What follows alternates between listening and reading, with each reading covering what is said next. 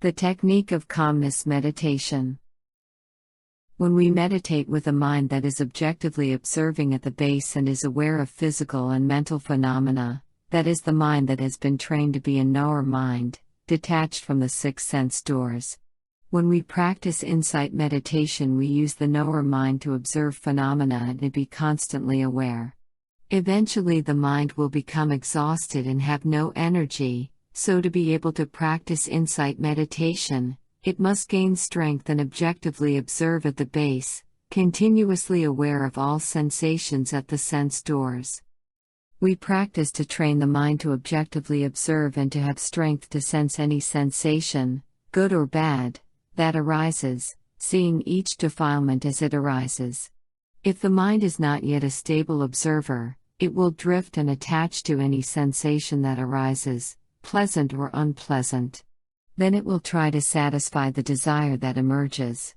Desires and defilements are marked by feelings of pleasure and displeasure, and the mind attaches to these feelings, leading to clinging, action and incarnation. If the mind is not fully cultivated, it will be affected by the defilements it encounters and become unstable. Once the mind is impacted, it experiences pleasure or displeasure. If the mind is stable and objectively observing at the base, it will be impacted by sensations yet still remain stable.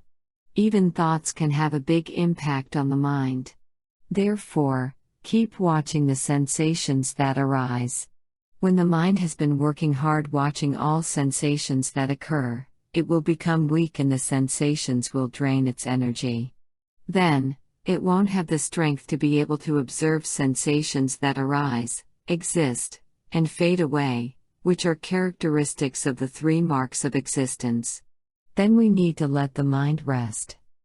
After practicing insight meditation, we will see how important calmness meditation is. Insight meditation is the left leg, and calmness meditation is the right leg. They walk along side by side. We need to maintain balance between these two sides. It is like a car that keeps running without adding gas and without rest, it won't be able to keep running for long. Or, like the body that keeps working hard all day and all night without any rest, it will soon get sick. This is normal. It's the same with the mind. It keeps practicing insight meditation, and each time we see the three marks of existence, the mind loses energy and becomes exhausted. Defilements arise in the mind, and each time we objectively observe them, the knower mind burns out the defilements, and also affects the mind, exhausting and causing it to lose energy. We have to prepare and practice to strengthen the mind. When we notice that the mind is getting tired and unstable, we practice calmness meditation to add more energy.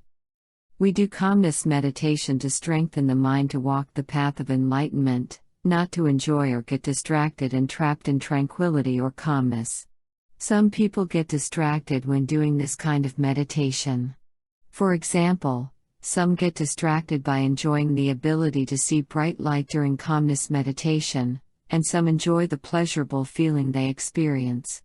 Some people see strange phenomena, which they enjoy. They get sidetracked instead of going straight along the path of enlightenment, which is the main goal. This is another distraction that keeps many people from reaching the goal of enlightenment. We practice calmness meditation to walk the Eightfold Noble Path, to go to the end of the path, and not to enjoy the beautiful scenery along the way.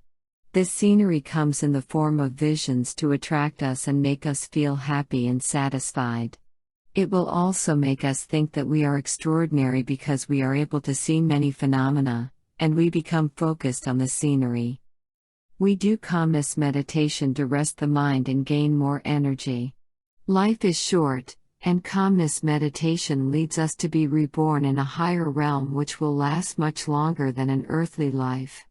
The mind attaching to sensations causes craving to perform action to arise, and the actions result in the accumulation of defilements, such as greed, anger, virtue, sin and attachment to deep absorption meditation.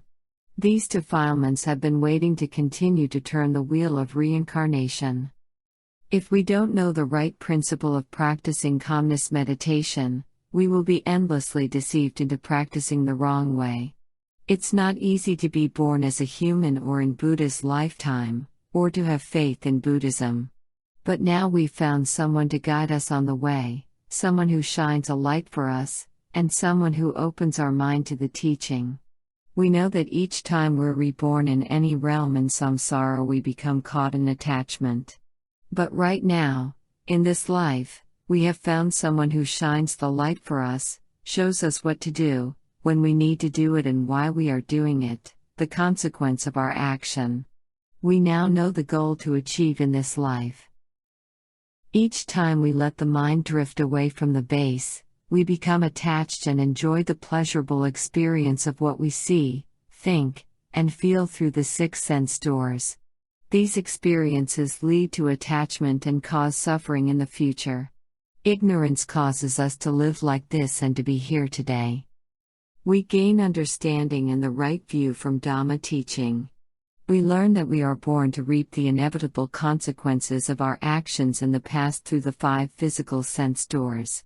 When we experience anything in this life, it is the fruit of our action in the past. When we perceive any sensation from the 6 sense doors, and it impacts the mind to think, it is a new cause of suffering in the future. The 5 aggregates arise when we sense or feel something and respond to it. These responses accumulate, and lead us to reincarnation, in this very life and in future lives when we will reap the consequences of our actions in the present. This is a continuous cycle and happens because of ignorance. We have a good opportunity to learn and to have right understanding, which will give us faith to practice.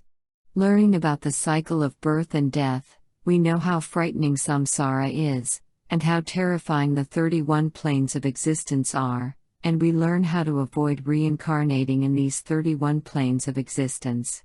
We understand the principle of practicing calmness meditation, and we know how to cultivate our mind. We learn how to do insight meditation and we keep practicing and observing. We have been working hard cultivating insight meditation, and when we feel the mind is becoming unstable, we need to practice calming meditation to calm and strengthen the mind. The calmness from calming meditation will help us to practice insight meditation with a good quality of mind which is soft, light, simple and quick to see phenomena. Then, we can happily cultivate insight meditation. The principle of calmness meditation is to prepare the mind to be calm, light and comfortable and to objectively observe phenomena. Because the mind is the key to success, we need to examine it to be sure it's ready, calm and objectively observing. The mind will be calm or not, depending on whether the individual finds a suitable meditation object for the base. We train the mind to be calm and to objectively observe, not just forcing and controlling the mind to be calm, we just observe the mind. The secret is to find a base that the mind likes, and feels happy with. Happiness is a proximate cause of concentration and enables tranquility and peace. Calmness can happen by forcing, controlling the mind to focus on one object, or by deep absorption meditation with mindfulness, depending on each individual. Both can cause peacefulness. Some who prefer deep concentration can stay there for a long time, and those who can't get deep concentration can get into a lighter form of peacefulness, with one mind focusing on one object for a long time. These latter people also have the observer and knower mind, which is the mind knowing peace and happiness without being attached. It depends on each individual. Some may prefer following the breath, chanting Buddha or watching the abdomen rise and fall. The main thing is that the mind feels comfortable in objectively observing mental phenomena. If we start with wanting to be calm, this is a desire and a defilement. Wanting or not wanting are unwholesomeness, and strong desire won't give us calmness. We need to remember that the 5 aggregates are uncontrollable. When we desire to be calm, we won't be, because wanting is unwholesome and a defilement, and calm is wholesomeness. Wholesomeness and unwholesomeness cannot both arise in the same mind. When we have desire, we just know it, and if we're focusing, we just know it. Then just relax and come back to the base. Try to be happy at the base. The mind won't pay attention to other sensations, but will focus on that feeling of happiness, and that makes it feel good. Then the mind will become a stable observer.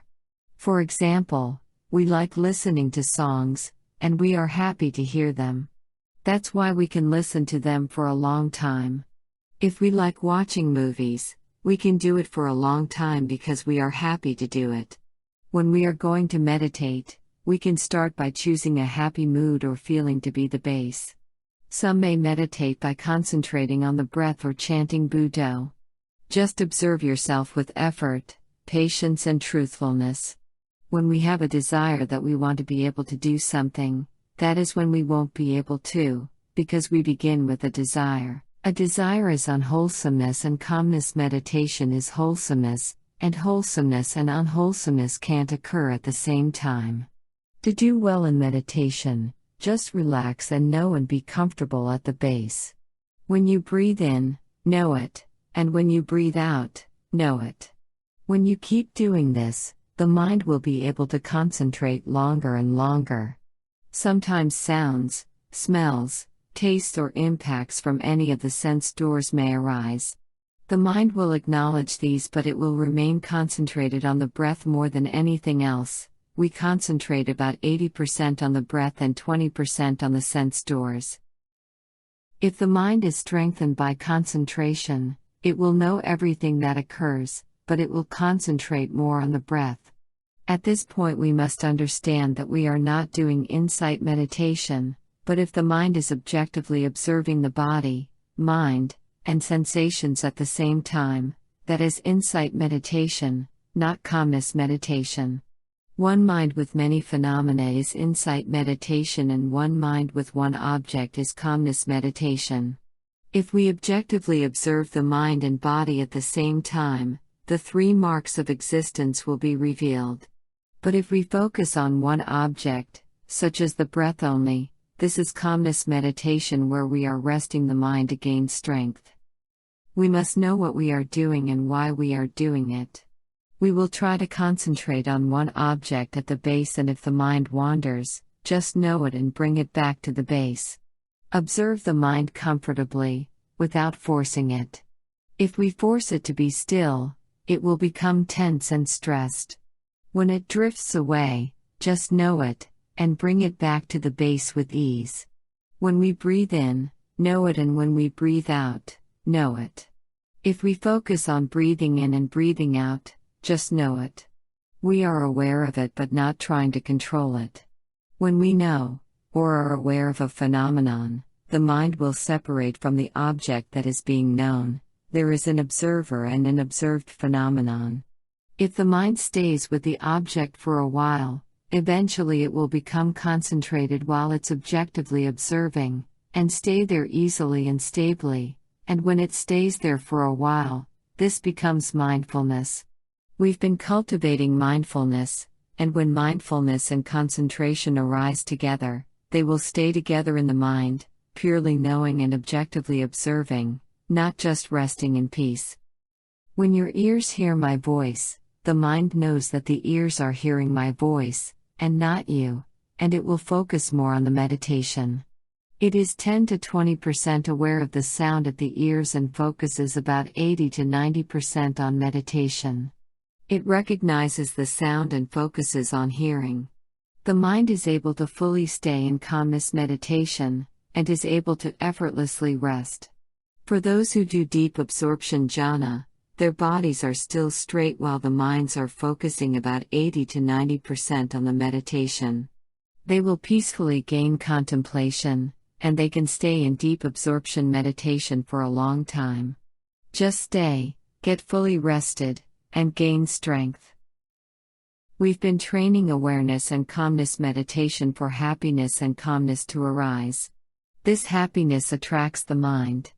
Then we must objectively observe ourselves, how the mind reacts to this happiness, whether there is like or dislike, or if we have desire and craving for the happiness. If we have this desire, just know it and get back to the base. Keep doing this. Calmness meditation is to rest your mind. Later we'll move on to insight meditation. Thank you for listening and please enjoy practicing calmness meditation. Ayumo Dhamma. Sadhu, sadhu, sadhu.